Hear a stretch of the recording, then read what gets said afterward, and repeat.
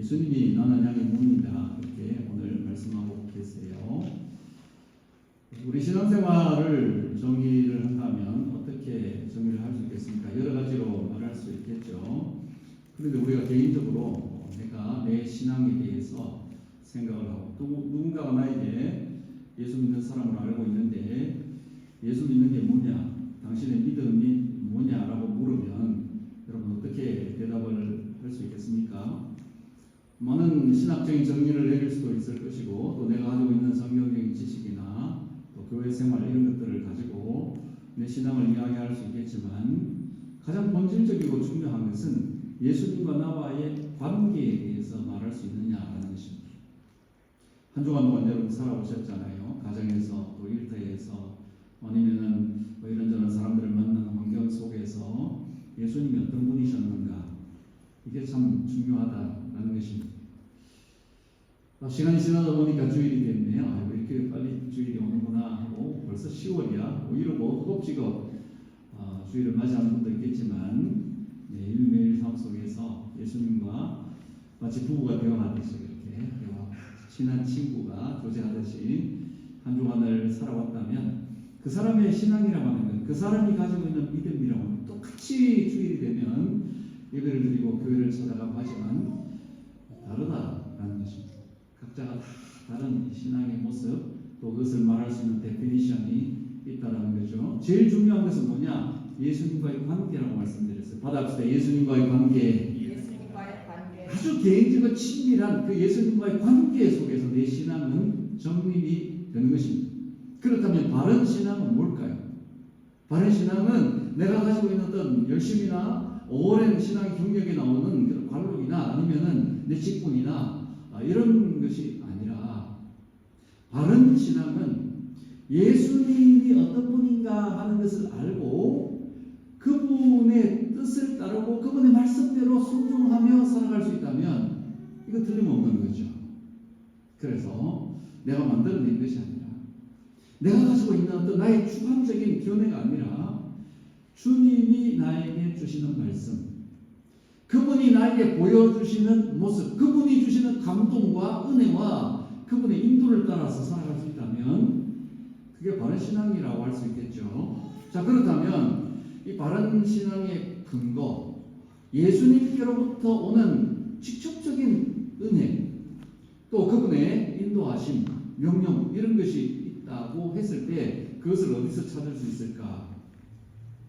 오늘 본문에서 예수님은 나는 양의 문이다. 받아봅시다. 나는 양의 문이라. 나는 양의 문이다. 주님이 하신 말씀이잖아요. 예수님이 직접적으로 하신 말씀. 요한복음에 그런 단서들이 나와요. 그래서 요한복음에 7가지로 예수님이 나는 무엇이다 라고 말씀하신 게 있어요. 뭐 신학자가 말하는 게 아니고 성경학자가 얘기하는 것이 아니라 또 내가 생각하는 그런 것이 아니라 주님이 친히 주님의 입으로 나는 무엇이다. 원어에 보면 에고에이미라고 여러분 들어보셨는지 모르겠는데 I am who I am 이라는 뜻이에요. 주님이 친히 내가 누구다라고 말했으면 그건 진짜인 거예요. 뭐 누구 말을 들을 필요가 없어요. 예수님께서 나를 향해서 개인적으로 나는 누구니까 그런 나를 믿으면 돼. 그런 나를 따라오면 돼. 그런 나를 의지하고 신앙하면 되는 거야 라고 하셨다면 이거 진짜거든요. 그래서 요한복음에 나는 누구다 라는 것이 7가지로 소개가 되고 있어요. 그 7가지가 뭐냐? 나는 생명의 떡이다. 받아보세요. 생명의 떡이다. 나는 빛이다. 세상의 빛이다. 이 세상에 어둠을 가리키러 오신 예수님, 나는 빛이다. 요한복음 처음부터 그렇게 선포를 하고 있어요. 누군가가 나는 빛이다 이러면 그 사람 뭐예요? 정신 나갔거나 사기꾼이거나 이단이죠. 그러나 예수님께서 나는 빛이다. 이건 진짜거든요. 그리고 오늘 본문에 뭐라 하세요? 나는 양의 문이다. 그렇게 말씀하시죠. 그리고 주님은 나는 선한 목자라고 말씀하세요. 나는 부활이요 생명이다. 나는 길이요 진리요 생명이니 말씀하고 계십니다. 나는 참 부활합니다. 이렇게 7가지로 말씀하시는데 누구에게? 나 개인에게. 우리 권사님에게, 장로님에게, 집사님 개인에게 내가 너와 이런 관계에 있다 하시는 말씀이에요. 그래서 우리가 예수님의 말씀, 예수님이 길이고 진리고 생명이고 빛이고 내게 양식이 되시고 떡이 되시고 참 포도나무가 되시고 구원의 길이 되시는 그 예수님을 개인적으로 믿고 따라갈 수 있다라는 것입니다. 이게 얼마나 큰 축복이에요. 오늘 그 주님이 여러분이 주님이심을 믿으시기 바랍니다. 그래서 우리는 예수님께 모든 것을 맡겨야 되는데 왜 주님이 나의 목자다 그렇게 말씀하십니까? 목자는 양을 전적으로 책임지는 분이거든요. 자, 그러면 우리 1절 말씀을 한번 보도록 하겠습니다. 1절, 2절 말씀 시작. 내가 진실로 너희에게 이르노니 문을 통하여 양의 우리에 들어가지 아니하고 다른 데로 넘어가는 자는 절도며 강도요 문으로 들어가는 이는 양의 목자라. 아멘. 예수님 외에 다른 존재들이 있다는 것입니다. 영적인 존재죠. 사탄이 강도며 절도라고 표현을 하고 있습니다. 자, 이 절도는 뭐예요? 몰래 내려서 훔쳐가는 게 절도예요. 강도는 칼 들고 들어오는 거죠. 둘 다 나쁜 놈이에요. 우리 인생을 절단내고 우리 인생의 좋은 것을 다 빼앗아가 훔쳐가는 이 우리의 원수, 그것을 주님께서 강도, 절도, 그리고 사탄, 마귀라고 분명히 일러주고 계십니다. 여러분 인생이 왜 어두워지고, 왜 비참해지고, 왜 살기 싫어지고, 왜 실패가 찾아오고 질병이 오고 여러 가지 고난과 역경이 많이 올까요? 주님이 그런 것을 주시는 분 아니잖아요. 하나님은 우리를 복되게 하시는 분이에요. 하나님은 모든 것을 주시고 아들까지 주신 분이에요. 그러나 어두움과 절망과 상처와 아픔을 주는 것은 사탄이 하는 것인데, 오늘 보면 10절을 보면 주님께서 그들이 도둑질하고 훔친다 그랬어요. 그래서 내 인생에 어려움이 찾아오고 위기가 오고 그리고 풀리지 않는 문제들이 생겨나는 것은 내 좋은 것을 빼앗아가는 강도, 절도, 사탄이구나 분별을 해야 돼요. 그리고 대적을 해야 돼요. 그리고 예수님 뭐라고 말씀하세요? 나는 양으로 생명을 얻고 더 풍성히 얻게 하려고 왔다 하시거든요. 그 주님께 나아가야 하는 것입니다. 우리 10절 한번 읽어볼까요? 10절 시작. 도둑이 오는 것은 도둑질하고 죽이고 멸망시키는 것뿐이요 내가 온 것은 양으로 생명을 얻게 하고 더 풍성히 얻게 하려는 것이라. 아멘. 예수님이 여러분의 목자이심을 믿으시기 바랍니다. 그 주님이 나에게 오셔서 생명을 주고 구원해 주셨잖아요. 영원한 생명을 주셨어요. 내 죄를 다 사해 주셨어요. 그리고 풍성케 하신다. 그래서 받아봅시다. 풍성케 하신다.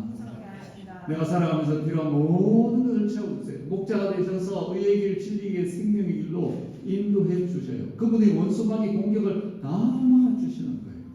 그분이 나의 목자가 되세요. 자, 양은 우리가 잘 아는 대로 스스로를 지킬 수 없는 존재입니다. 혼자 힘으로 살아갈 수가 없어요. 양은 아주 어리석습니다. 신체적으로도 변함이 많아요. 그래서 시력이 한 2m 정도밖에 안 된다고 그래요. 그러니까 앞에 낭떠러지가 있는지 무슨 가시덤불이 있는지 산호맹수가 와 있는지 모른다라는 것입니다. 양이 스스로 자기를 지킬 수 있는 힘이 하나도 없습니다. 몸집은 크고 뚱뚱한데 다리는 숏다리 짧아요. 그러다 보니까 가다가 넘어지고 그리고는 맹수의 밥이 되는 이것이 연약한 양의 존재예요. 우리를 양이라고 표현을 하고 있는 것은 우리가 그렇게 연약하다라는 것을 말씀하는 겁니다. 다윗은 왕이 되었습니다. 이 사람은 얼마나 용맹한지 그 거인 골리앗을 물맷돌로 쳐서 넘어뜨린 사람이에요. 자기 양을 맹수들이 와서 채가려고 그러면 달려가서 그 입을 찢어버리고 양을 끄집어낼 수 있는 이런 능력이 있는 사람이에요. 왕이 되었으니까 자기 말 한마디면 나라 전체가 움직이게 됩니다. 군대가 자기의 것입니다. 자기의 말은 법이 될 수 있는 것입니다. 그런데 이 사람이 자기 인생의 시로 10편, 23편을 지었는데 뭐라고 말합니까? 여호와는 나의 목자시니 내게 부족함이 없으리로다. 내 인생 내가 사는 것이 아니고 내가 왕이기 때문에 내 권력, 내 힘으로, 내 가진 것으로 나는 부족함이 없다라고 말하지 않고 하나님이 나의 목자가 되시기 때문에, 이 말을 바꾸어서 말하면 그분이 떠나면 나는 아무것도 할 수 없어. 나는 방향 감각도 없고 힘도 없는 양으로서 멸망에 이를 뿐이야. 그 고백이잖아요. 그렇지만 목자가 계십니다. 양에게 목자가 있으면은 목자는 걱정할 필요가 없어요. 목자는 어디로 가야 될지, 무엇을 먹어야 될지, 뭘 해야 될지 아무 염려할 필요가 없어요. 여러분 집에 강아지 있습니까? 저희 집에도 강아지가 한 마리 있는데 강아지가 걱정하는 한 번도 본 적이 없어요. 강아지가 뭐 텍스 낼 거 염려합니까? 물 샌다고 뭐 강아지가 뭐 물을 뭐 막으려고 고민을 합니까? 전혀 없어요. 우리는 양입니다. 아무것도 우리 힘으로 할 수 없고 지금까지 여러분 70년, 80년 살아오신 생에 내 힘으로 되들까요? 그러나 하나님 은혜로 살아왔습니다. 다 고백할 수 있잖아요. 목자 되신 하나님이 함께 하셨기 때문에 나는 부족함이 없습니다. 그렇게 다 고백할 수 있는 것이 우리 신앙 아닌가요? 다윗은 목자 되신 하나님이 함께 하시기 때문에 부족함이 없다라고 고백했어요.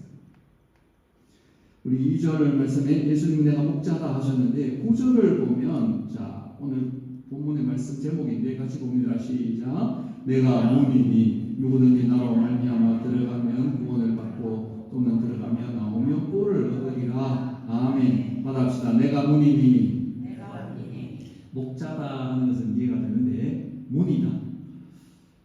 사람이 문이 될 수는 없잖아요.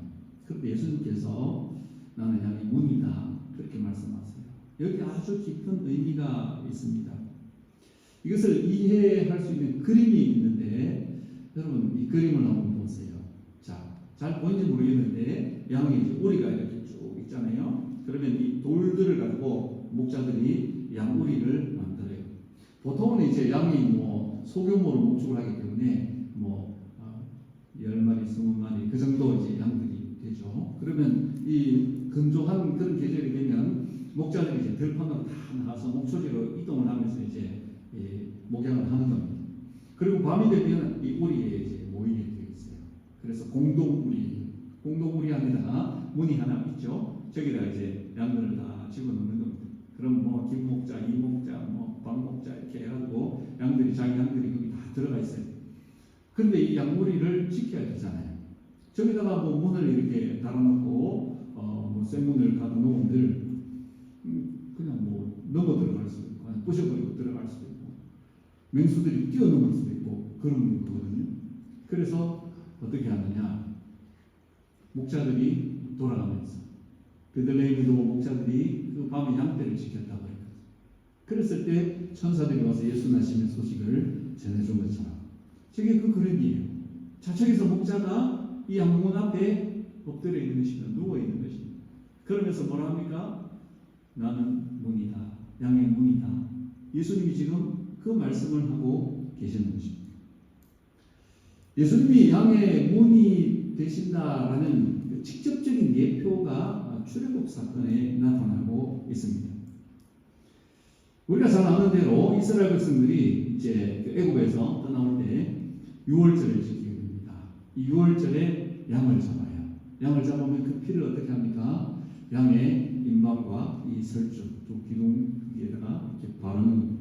발라놓으면 심판의 사자가 와서 바로의 그 장자로부터 이 애국의 짐승의 첫 새끼가 다 죽이거든요. 죽이는데 이 피가 발라져 있는 집은 넘어간다. 그래서 6월 패스오버이라고 그러잖아요. 6월절을 지킨 거예요. 이 피가 무엇이냐? 예수님의 보혈을 상징하는 것입니다. 예수님이 십자가에서 어린 양의 제물이 되어서 그리고 피를 흘려 죽어주심으로 말미암아 그 피가 발라져 있는 사람, 그 인생의 문에는 주님의 피가 있기 때문에 심판의 사자가 그 사람을 넘어간다라는 겁니다. 이게 구원이에요. 그것을 예표하고 있는 것이 나는 양의 문이니 하는 그 말씀과 직접적으로 연결이 돼요. 출애굽기 12장 7절 한번 보겠습니다. 시작. 그 피를 양을 먹을 집 좌우 문설주와 임방에 바르고 여호와께서 애국 사람들에게 재앙을 내리려고 지나가실 때에 문 임방과 좌우 문설주의 피를 보시면 여호와께서 그 문을 넘으시고 멸하는 자에게 너희 집에 들어가서 너희를 치지 못하게 하실 것임이니라. 아멘. 우리나라도 이제 미신이 있어요. 그래서 문 같은 데다가 이 문에 이제 애군이 들어오면 안 된다 해가지고 입춘대 그런 거 붙여놓고 보석도 발라놓고 또 명절 같은 데 되면 음식도 갖다가 차려놓고 팥죽 갖다가 뭐 콩도 뿌리고 뭐 하여간 그렇게 해요. 그 뭐예요? 이 문 넘어오지 말라는 거죠. 근데 그게 됩니까? 귀신들이 들락날락하고 온갖 불행이 왔다 갔다 하고 그냥 그 집에는 뭐 예수님이 없는 그 자체가 멸망이에요.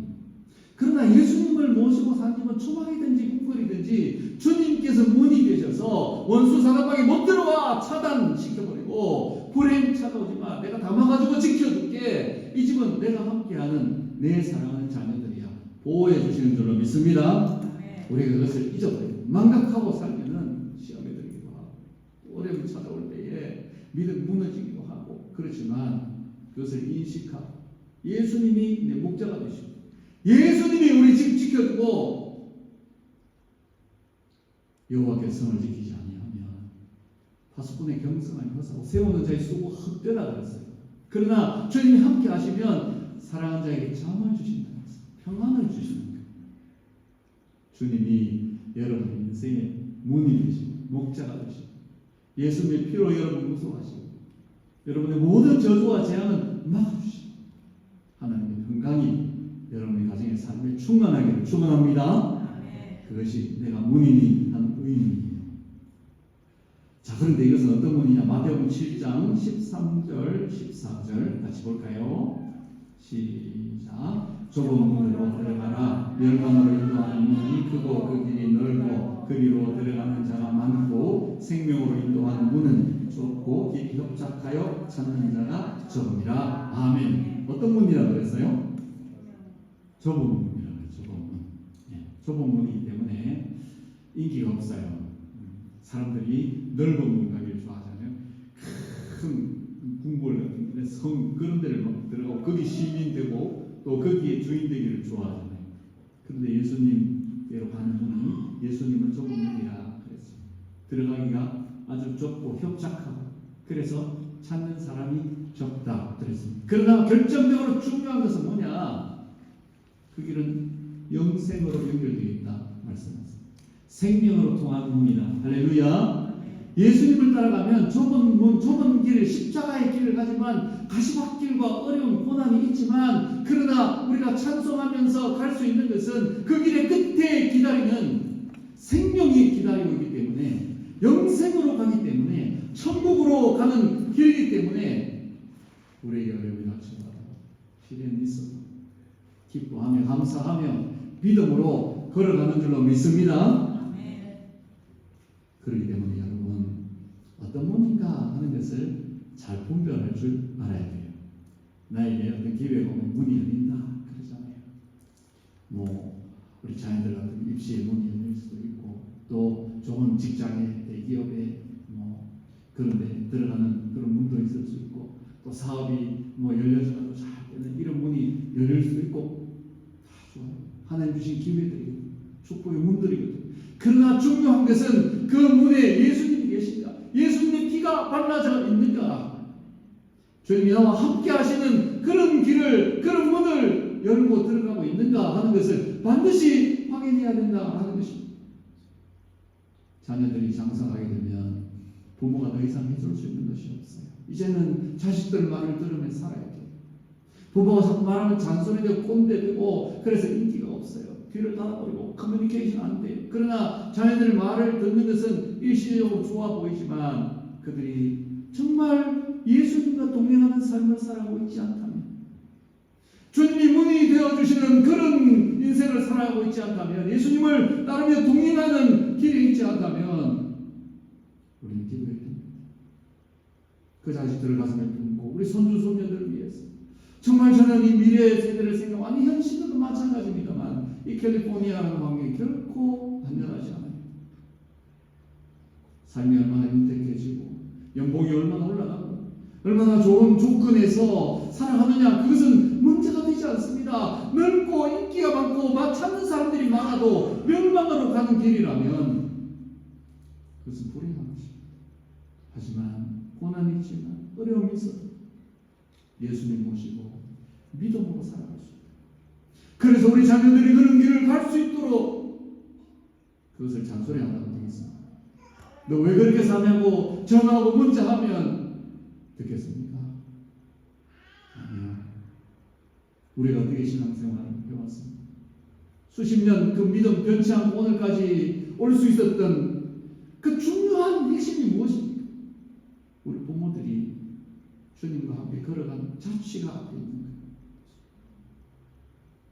예수님을 배반하지 아니하고 좁은 길에서 그 어렵고 고난 역경 가운데서 오로지 주님의 나라와 교회와 복음을 위해서 살아간 그분들의 자취를 우리가 보아하는 것입니다. 그분들이 부르던 찬송과 그분들이 드리는 기도와 그 눈물이 뚝뚝 떨어지는 그것을 우리는 알고 있습니다.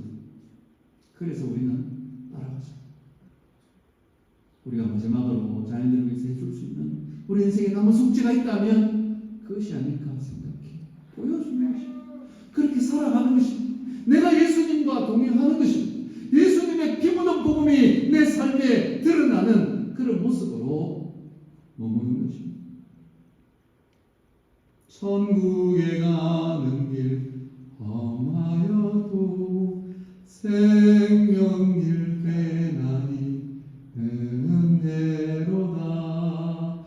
천사 날 부르니 늘 찬송하면서 주께 더 나가기 원합니다. 할렐루야. 살아보니까 저도 뭐 그렇게 오래 살아보진 않았습니다만 그래요. 우리가 필요한 거, 먹는 거, 쓰는 거 뭐 그런 거는 아주 뭐 그냥 소박해요. 예수님이 일용할 양식 구하라 그랬는데 충분해요. 그런 거.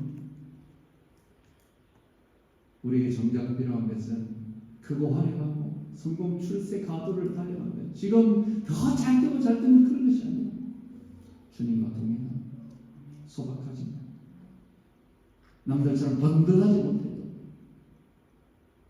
내 마음속에 주님이 계시고 그분이 내 문이 되는 것이고 그분이 내 목자가 되셔서 앞서가신 그런 삶. 저와 여러분 인생이 될 수 있게 축원합니다.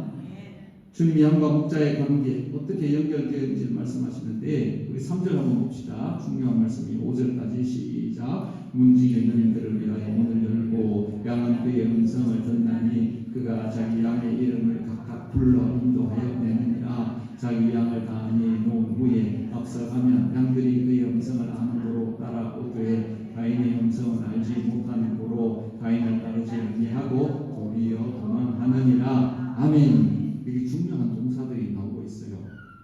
바다에 봅시다. 양은 그의 음성을 듣나니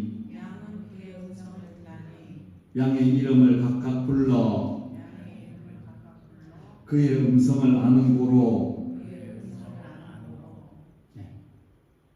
목자와 양이 중요한 연결고리로 맺어져 있는데 그게 뭐냐? 양의 음성을 듣고 안다는 것입니다.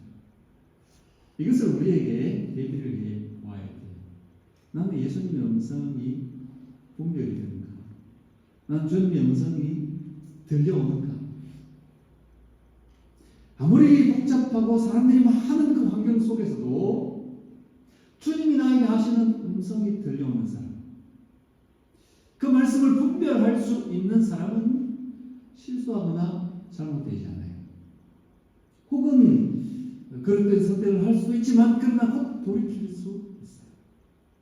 우리가 한동안 살아오면서 정말로 주님의 음성이 내게 들려온 적이 있는지, 주님이 나에게 하시는 말씀이 무엇이었는지, 주님의 말씀이기 때문에 내가 그것을 알기 때문에 결정하고 판단하고 행동할 수 있었던 적이 언제였는지, 이게 중요하다는 것입니다.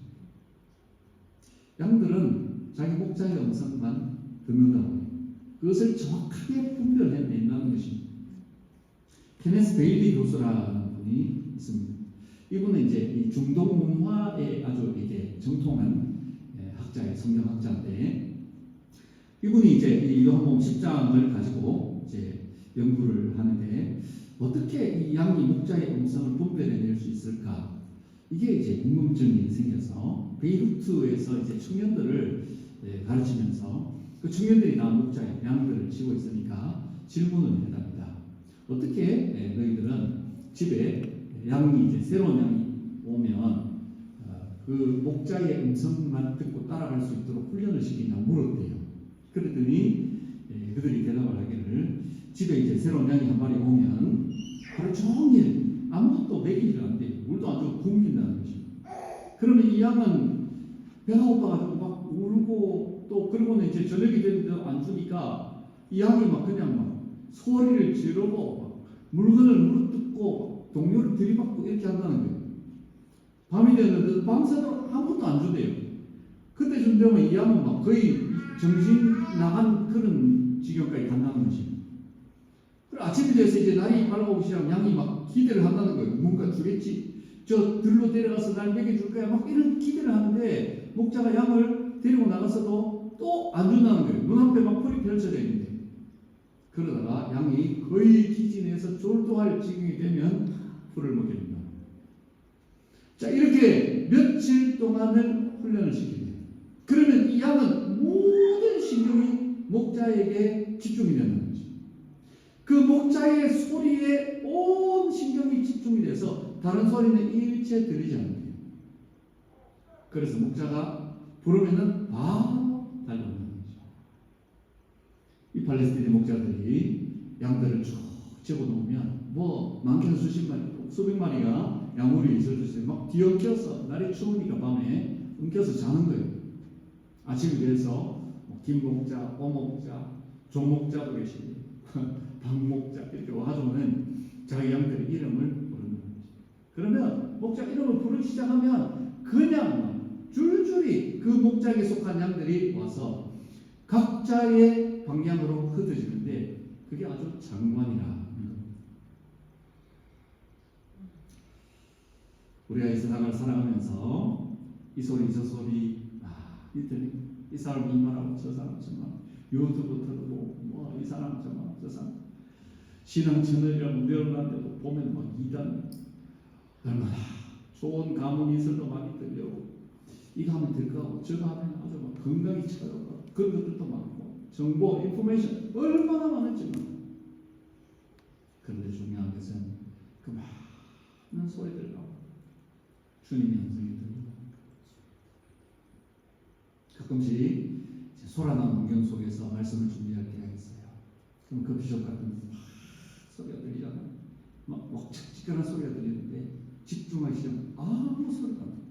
누가 옆에 있는지도 개의치 않아요. 그리고 그 말씀에 집중.